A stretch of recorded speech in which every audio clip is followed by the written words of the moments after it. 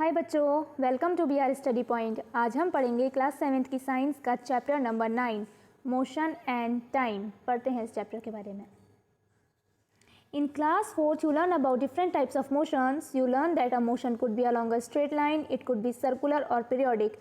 Class 4 में हमने motions के बारे में पढ़ा था। क्या पढ़ा था हमने? मोशन कैसा हो सकता है? स्ट्रेट लाइन में हो सकता है, सर्कुलर हो सकता है और पीरियोडिक। पहले मोशन क्या होता है? किसी भी ऑब्जेक्ट का मूव करना, यानी इस दुनिया में जो भी ऑब्जेक्ट है, कोई भी ऑब्जेक्ट रुका हुआ नहीं है अपनी जगह पर। हर चीज़ क्या होती है? अपनी जगह से कभी ना कभी हिलती है, मूव करती है, यानी मूवमेंट जो होता है वही होता है हमारा मोशन। मोशन कितने तरह, एक तो हो सकता है स्ट्रेट लाइन में, यानी कोई चीज़ स्ट्रेट लाइन में सीधी सीधी चल रही है तो हम कहेंगे स्ट्रेट लाइन मोशन। सर्कुलर, कोई चीज़ गोल गोल घूम रही है तो हम कहेंगे circular motion. Periodic motion, periodic motion में आता है कोई चीज़ एक जगह से दूसरी जगह जाती है, वापस अपनी जगह आती है, फिर उस जगह जाती है, फिर अपनी जगह आती है, यानी वो एक पीरियड है जिसको वो बार बार दोहराई जा रही है, उसको कहते हैं पीरियोडिक मोशन। तीनों तरह के मोशंस हमने पढ़ लिए हैं पहले ही। Can you recall these 3 types of motion? या in table 9.1 give some common examples of motion, identify the motion in each case. चलिए देखते हैं टेबल 9.1 में हमें कौन कौन से सिचुएशंस दे रखी हैं जिसमें हमें बताना है कि स्ट्रेट लाइन में हो रहा है मोशन, स्ट्रेट लाइन में हो रहा है, सर्कुलर है या पीरियोडिक है। सोल्जर्स इन मार्च पास, मार्च पास में सोल्जर कैसे चलते हैं? बिल्कुल सीधे सीधे चलते हैं, यानी कि ये कौन सा है? यह है स्ट्रेट लाइन मोशन। बोला cart moving on a straight road, यानी तांगा एक सीधे से रोड पर चल रहा है तो वो भी सीधा सीधा ही चलेगा, गोल गोल घूमकर तो नहीं चलेगा, वो straight line motion. Hands of an athlete in a race, जब कोई एथलीट रेस में भागता है तो उसके हाथ बार बार आगे जाते हैं, फिर पीछे, फिर आगे, फिर पीछे, यानी एक ही चीज़ बार बार रिपीट हो रही है तो उसको कहते हैं periodic motion.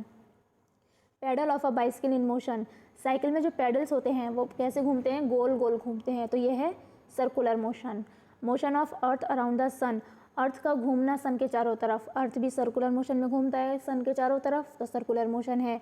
Motion of swing, जो झूलने वाला झूला होता है वो आगे आता है फिर पीछे जाता है, फिर आगे फिर पीछे, फिर आगे फिर पीछे, यानी कि रिपीट हो रहा है बार बार एक ही मोशन, तो ये भी क्या है? Periodic motion. Motion of pendulum, pendulum में भी क्या होता है? पेंडुलम में भी पीरियोडिक मोशन होता है, पहले एक तरफ फिर दूसरी तरफ, फिर एक तरफ फिर दूसरी तरफ, इस तरह से इसमें भी एक ही चीज़ रिपीट होती रहती है, पीरियोडिक मोशन। आई होप आपको बिल्कुल क्लियर हो गए होंगे स्ट्रेट लाइन मोशन क्या होते हैं, सर्कुलर मोशन क्या होता है और पीरियोडिक मोशन होता है। स्ट्रेट लाइन, जब कोई चीज़ स्ट्रेट चल रही है, स्ट्रेट मूव हो रही है तो स्ट्रेट लाइन मोशन। जब कोई चीज़ गोल गोल घूम रही है तो सर्कुलर मोशन, और जब कोई चीज़ बार बार रिपीट हो रही है, एक ही मोशन बार बार रिपीट हो रहा है तो पीरियोडिक मोशन। आगे देखते हैं। It is common experience that motion of some objects is slow while some other is fast. ये तो बहुत कॉमन सी बात है कि कुछ चीज़ों का मोशन स्लो होता है, कुछ चीज़ों का मोशन बहुत ज़्यादा फास्ट होता है। कुछ चीज़ें हल्के हल्के मूव कर होती हैं और कुछ चीज़ें बहुत ज़्यादा फास्ट। देखते हैं स्लो और fast. We know that some vehicles move faster than others, ये तो हमें पता है कुछ व्हीकल्स ऐसी होती हैं जो दूसरी व्हीकल से बहुत ज़्यादा तेज़ चलती हैं। इवन द सेम व्हीकल में मूव फास्टर एंड स्लो और डिफरेंट टाइम्स, बल्कि जो सेम व्हीकल, मान लीजिए कार है, सब कार, बहुत सारी कार हैं, उनमें से कुछ बहुत तेज़ चलेंगी, कुछ स्लो चलेंगी, कुछ कैसे चलेंगी, इसलिए कुछ स्लो चलती हैं कुछ फास्ट चलती हैं सारी vehicles. Make a list of 10 objects moving along a straight path, group the motion of this object as slow and fast. How did you decide which object is moving slow and which one is moving fast? हमें कैसे पता चलेगा कौन सी चीज़ हल्के चल रही है, कौन सी चीज़ तेज़ चल रही है? If vehicles are moving on a road in the same direction, अगर मान लीजिए व्हीकल्स हैं, व्हीकल्स में ले लीजिए कार, एक रोड पर कार जा रही हैं, सब कहाँ जा रही हैं? एक स्ट्रेट रोड पर एक ही डायरेक्शन में एक ही तरफ को जा रही हैं। We can easily tell which one of them is moving faster than the other, हम उन्हें देखकर बहुत आसानी से बता सकते हैं कि कौन सी ज़्यादा तेज़ चल रही है, कौन सी हल्के चल रही है। जो ज़्यादा आगे पहुँच गई है यानी वो तेज़ चल रही है, जो अभी तक पीछे रह गए वो यानी कि हल्के चल रही है। Let us look at the motion vehicles on a moving road, जब रोड पर व्हीकल्स चलती हैं तो मोशन किस तरह से होता है, देखते हैं इसको। एक्टिविटी 9.1 में देखते हैं। Look at the figure 9.1, it shows the position of some vehicles moving on a road in same direction at the instant of time. इस फिगर 9.1 में हमें दे रखा है जी, ये रही हमारी फिगर 9.1, इसमें हमें दे रखा है ये जितने भी व्हीकल्स हैं ये सब एक ही डायरेक्शन में जा रही हैं, एक ही टाइम पर सब एक साथ एक ही डायरेक्शन में जा रही हैं। आगे पढ़ते हैं इसके बारे में। Now look at the figure 9.2, it shows the position of same vehicles after some time. 9.2 में उन्हीं व्हीकल्स की पोजीशन हमें कुछ देर बाद की दे रखी है। कुछ देर बाद क्या हुआ, देखते हैं इन दोनों में डिफरेंस। जी देखिए, इसमें ये जो ग्रीन वाली कार है ये कहाँ पर है, इस वक्त इन सब के साथ है, बीच में है, और इसकी स्पीड ज़्यादा थी तो ये कहाँ पहुँच गई, ये ज़्यादा तेज़ चल रही थी, ये कैसी थी, फास्टर कार थी, इसकी स्पीड फास्ट थी तो ये कहाँ पहुँच गई, ज़्यादा आगे पहुँच गई। देखते हैं फिर, from your observation of the two figures answer the following question, which vehicle is moving fastest of all. जो सबसे आगे पहुँच गई वो सबसे ज़्यादा फास्ट थी। विच one of them is moving slowest of all. जो सबसे पीछे रह गई वो सबसे ज़्यादा स्लो थी। The distance moved by the object in given interval of time can help us to decide which one is faster and slower. जितना डिस्टेंस उन्होंने कवर करा है कितने टाइम में, कितना डिस्टेंस उन्होंने कितने टाइम में कवर करा है, उससे हमें पता चल जाता है कि कौन सी चीज़ ज़्यादा फास्ट है, कौन सी चीज़ ज़्यादा स्लो है। फॉर एग्जांपल जैसे कि देखिए, imagine that you have gone to see off your friend at the bus stand. Imagine करिए आप अपने फ्रेंड को देखने के लिए सी ऑफ करने के लिए जा रहे हैं, बाय बोलने के लिए जा रहे हैं बस स्टैंड पर। Suppose you start pedalling your bicycle at the same time at the bus begins to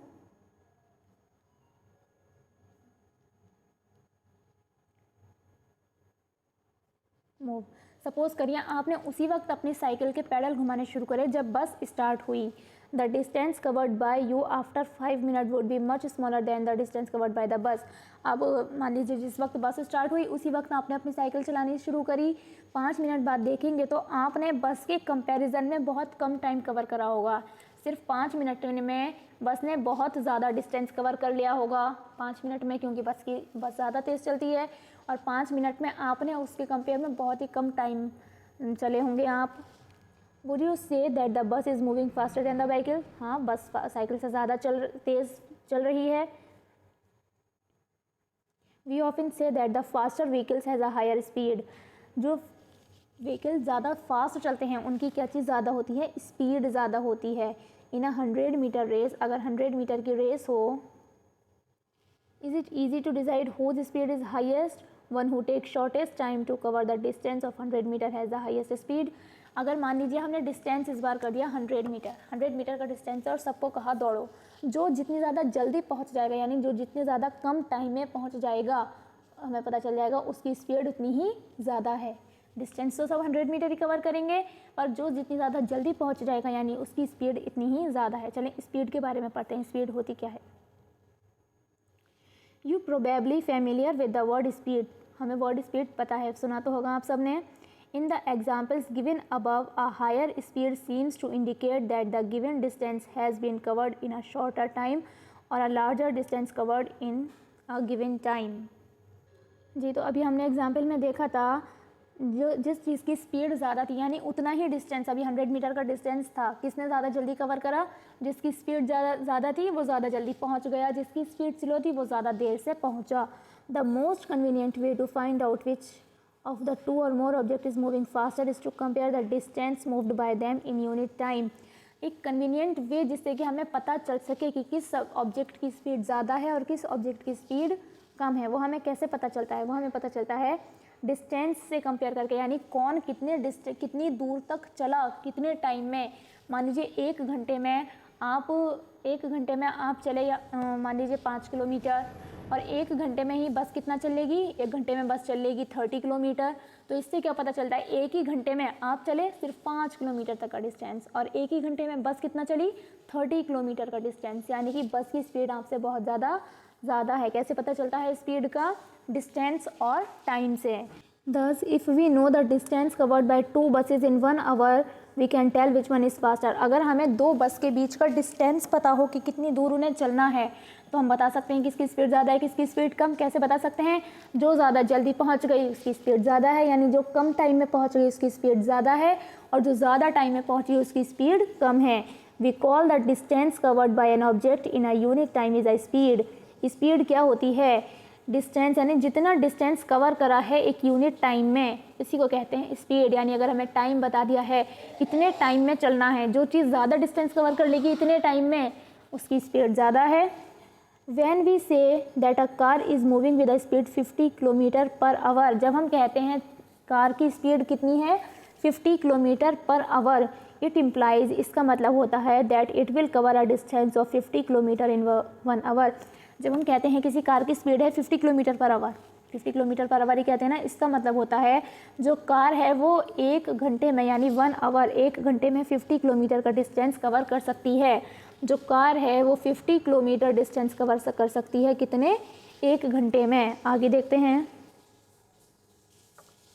However, a car seldom moves with a constant speed for 1 hour। चाहे वो कार बिल्कुल एक मतलब कांस्टेंट स्पीड से चली हो, ना वो बड़ी हो ना वो घटी हो, बिल्कुल कांस्टेंट स्पीड से चली हो। In fact it start moving slowly and then pick up the speed.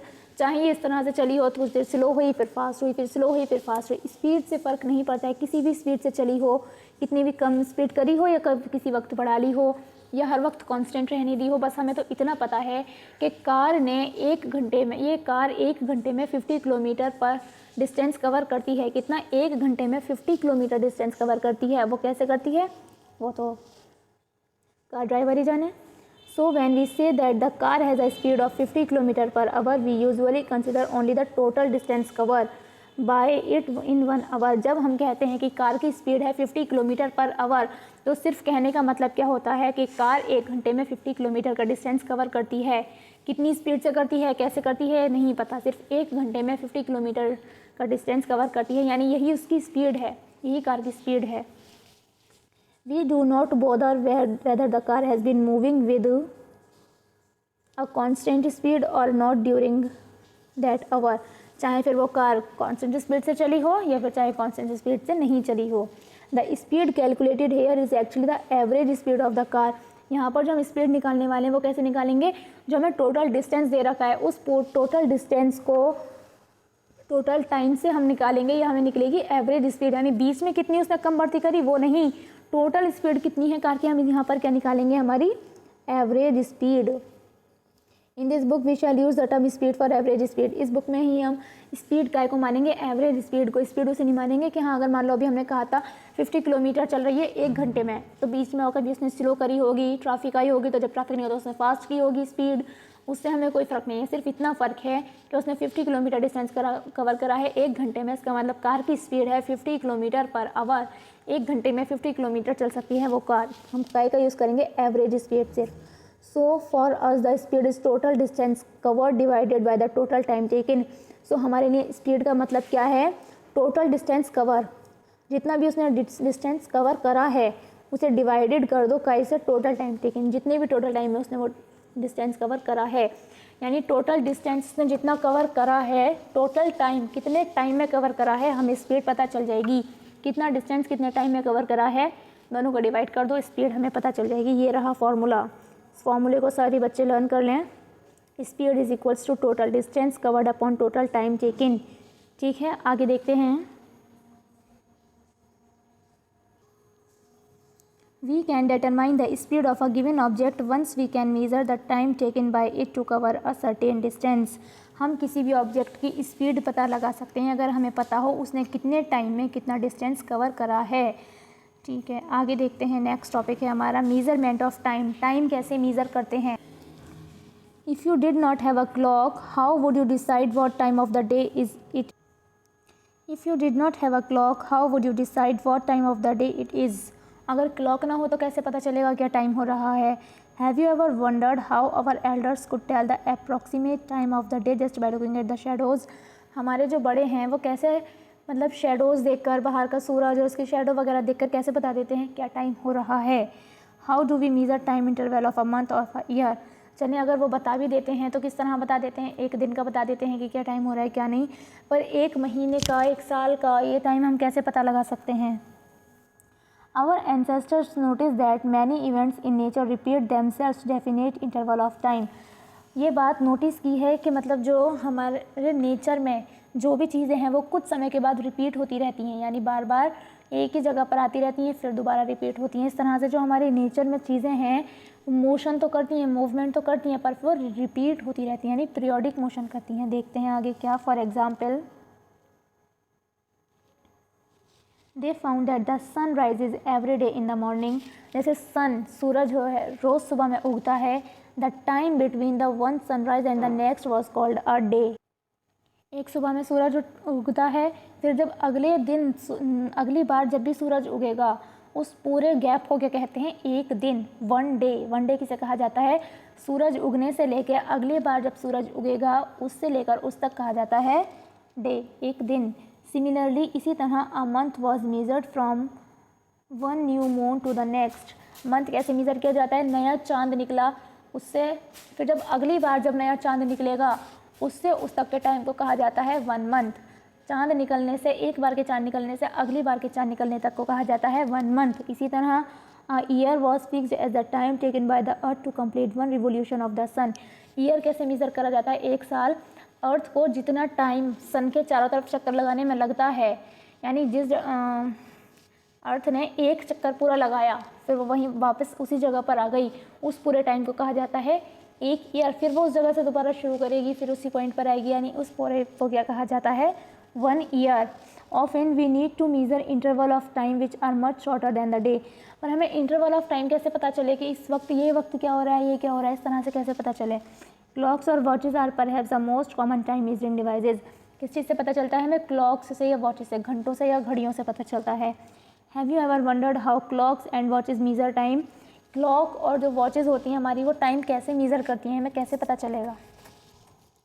The working of clock is rather complex. जिस तरह से क्लॉक वर्क करता है वो तो बहुत ज़्यादा कॉम्प्लेक्स तरीका है किस तरह से क्लॉक वर्क करता है, पर हमें ये पता है क्लॉक जो वर्क करता है वो कैसे करता है, पीरियोडिक मोशन में करता है। देखो 12 सुई सबसे पहले कहाँ होती है, 12 पर होती है, छोटी वाली वो भी पूरी घूमकर 12 पर आती, एक दिन हो जाता है। जो उससे बड़ी सुई होती वो भी पूरी 12 से 12 पर आती, 1 मिनट हो जाता है। जो सबसे होती पतली वाली वो 12 से घूमकर 12 पर आती, 1 मिनट हो जाता है। यानी घंटे में कौन सा मोशन होता है, घंटे में होता है पीरियोडिक मोशन। बार बार वही चीज़ रिपीट हो रही है, वही मोशन बार बार रिपीट हो रहा है, कौन सा, periodic motion. But all of them make use some periodic motion. कौन सा मोशन होता है, periodic motion. One of the most well known periodic motion is that a simple pendulum. एक और पीरियोडिक मोशन होता है जिसको कहते हैं हम सिंपल पेंडुलम। सिंपल पेंडुलम में भी यानी पेंडुलम में भी कौन सा मोशन होता है, पीरियोडिक मोशन होता है। कैसे होता है पीरियोडिक मोशन, इस पेंडुलम की हेल्प से हम समझते हैं। चलें देखते हैं।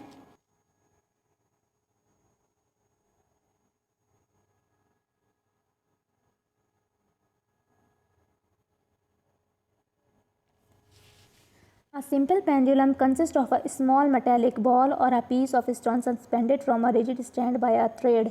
पेंडुलम में क्या होता है, पेंडुलम में होता है एक बॉल होती है या फिर कोई स्टोन, कोई पत्थर वत्थर ले लीजिए, कोई बॉल ले लीजिए, कुछ भी ले लीजिए, कोई भारी सी चीज़, suspended from a rigid stand, ऊपर एक बड़े से स्टैंड से उसे लटका दीजिए एक थ्रेड यानी धागे की हेल्प से। मान लीजिए हमने एक बॉल ली, हमने उसमें धागा बांधा और वो धागा हमने ऊपर एक स्टैंड पे लटका दिया, जैसे कि हमें ये दे रखा है फिगर में। ये एक बॉल ली, इसमें ये धागा बांधा और ऊपर किसी चीज़ से लटका दिया इसको। आगे देखते हैं क्या होगा। The metallic ball is called the Bob, और जो वो मेटेलिक बॉल है उसे क्या कहेंगे, इस वक्त कहेंगे bob of a pendulum, pendulum का bob. Figure 9.48 shows the pendulum at in rest in its mean position. यानी इस फिगर में हमें क्या दे रखा है, इस फिगर में हमें दे रखा है कि ये जो पेंडुलम है, जो हमने पेंडुलम बनाया एक बॉल टांग के धागे से ऊपर स्टैंड से, ये इस वक्त कैसी पोजीशन में है, रेस्ट पोजीशन में, यानी कि रुका हुआ है, अभी ये हिल नहीं रहा है, इसको बिल्कुल लटका कर छोड़ दिया है। आगे देखते हैं। When the bob of pendulum is released after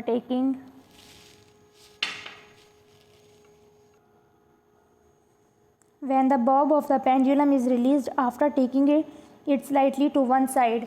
मान लीजिए हमने ये बॉब पकड़ा, एक तरफ को खींचा और वहाँ से छोड़ दिया। It begins to move to and fro। ये कैसा मूवमेंट करने लगेगा, टू एंड फ्रो, यानी हमने इसको पकड़ा बॉब को, एक साइड को खींचा, एक साइड को करा और छोड़ दिया। ये पहले तो जहाँ से हमने छोड़ा है सबसे पहले क्या होगा, ये फिगर से बताते हैं आपको, टू एंड फ्रो मोशन करेगा। देखिए कैसे, ये यहाँ पर था बीच में बॉब, हमने इसको यहाँ पर खींचा और यहाँ हमने अपने हाथ से पकड़कर छोड़ दिया। ये यहाँ से मूव करना शुरू होगा, सबसे पहले कहाँ आएगा, अपनी उसी पोजीशन पर आएगा जहाँ था, फिर इतना ही आगे और जाएगा, फिर वापस यहाँ आएगा, फिर वापस यहाँ आएगा। ये ऐसे ऐसे ऐसे ऐसे करके मोशन करेगा, इसको कहते हैं to and fro motion. The to and fro motion of a simple pendulum is an example of periodic और ऑस्किलेटरी मोशन। ये टू एंड फ्रो जो मोशन हो रहा है, यानी देखो बार बार पेंडुलम का जो बॉब है वो क्या हो रहा है, मोशन को रिपीट कर रहा है उस पोजीशन पर, फिर दोबारा उसी दूसरी पोजीशन पर, फिर वापस वहीं, फिर वापस वहीं, एक ही मोशन को बार बार रिपीट कर रहा है, इसमें इस मोशन को कहते हैं पीरियोडिक मोशन। पीरियोडिक मोशन का एक नाम और होता है जिसको कहते हैं ऑस्किलेटरी मोशन। ठीक है, आगे देखते हैं। The pendulum is said to have complete one oscillation when its bob starting from its moving position 0 moves to A to B and back to 0। पूरा एक ऑस्किलेशन किसको कहते हैं? देखो बॉब हमने 0 से लिया था, 0 से हमने यहाँ खींचा, यहाँ से हमने इसको छोड़ा, ये यहाँ आ गया A पर, फिर ये वापस से कहाँ आ गया? 0 पर आ गया। ये पूरा जो इतना हुआ है इसी को कहते हैं वन ऑस्किलेशन, और यही बार बार रिपीट होगा। क्या है वन ऑस्किलेशन? हमने इस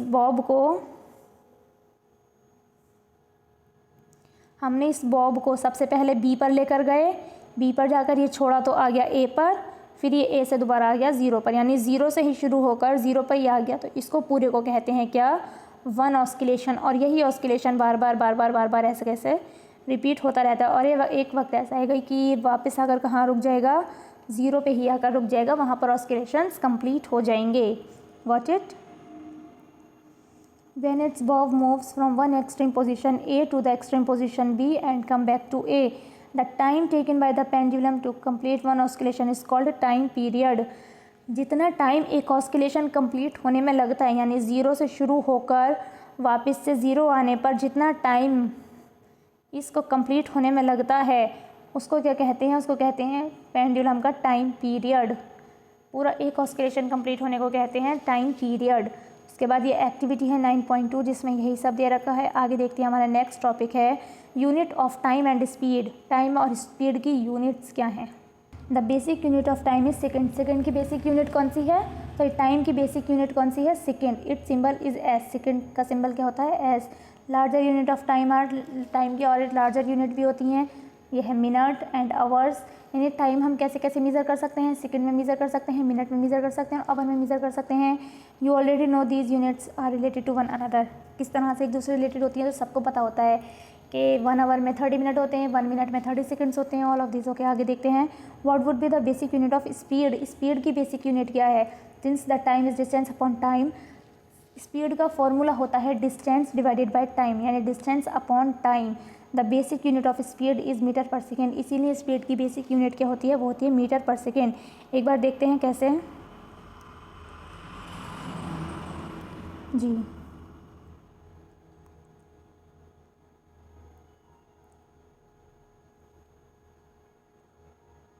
स्पीड का फॉर्मूला हमें सबको पता है क्या होता है?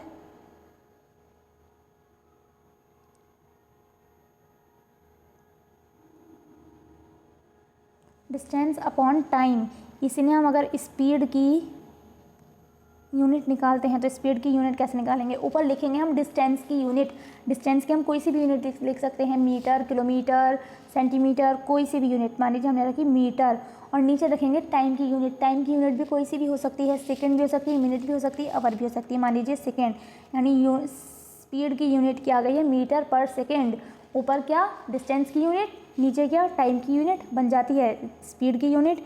स्पीड की यूनिट कैसे बनती है? डिस्टेंस की यूनिट अपॉन टाइम की यूनिट। स्पीड का फॉर्मूला जब डिस्टेंस अपॉन टाइम होता है तो स्पीड की यूनिट भी क्या होती है? डिस्टेंस की यूनिट, कोई सी भी हो सकती है, अपॉन टाइम की यूनिट बन जाती है स्पीड की यूनिट। ओके, आगे देखते हैं। Since the speed is distance upon time, the basic unit is meter per second. Of course, it could be expressed in other units such as meter per minute and kilometer per hour. कुछ भी हो सकती है, बस ऊपर distance की unit होनी चाहिए, नीचे मिनट की टाइम की यूनिट होनी चाहिए, फिर चाहे वो कोई सी भी यूनिट हो। You must remember that the symbols of the unit are written in singular.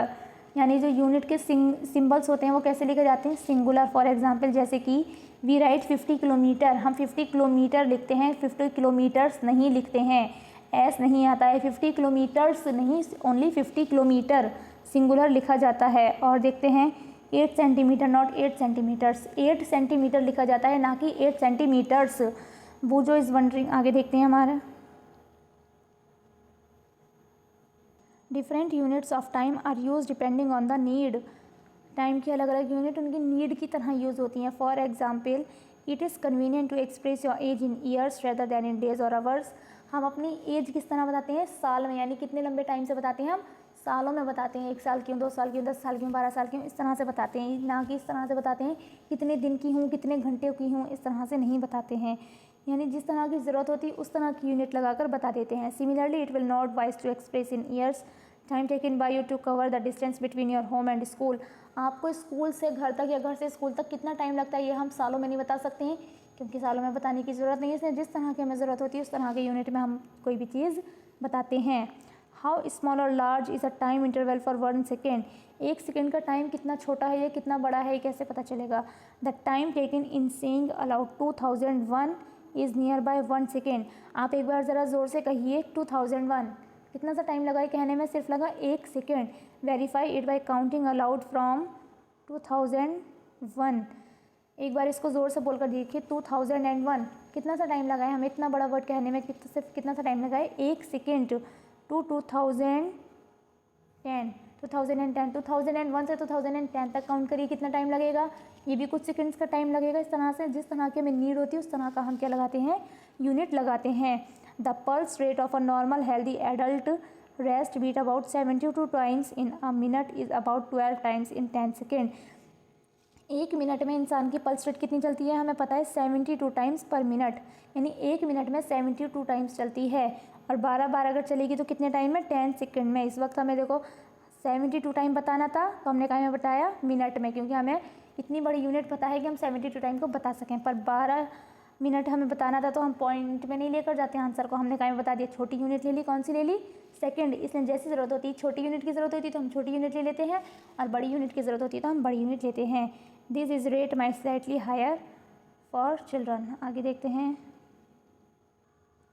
Many time measuring devices were used in different parts of the world before the pendulum clock became popular. जब pendulum clock नहीं था तो उससे पहले बहुत सारे devices world में चलती थी जिनसे पता चलता था कि टाइम कैसे मेज़र होता है।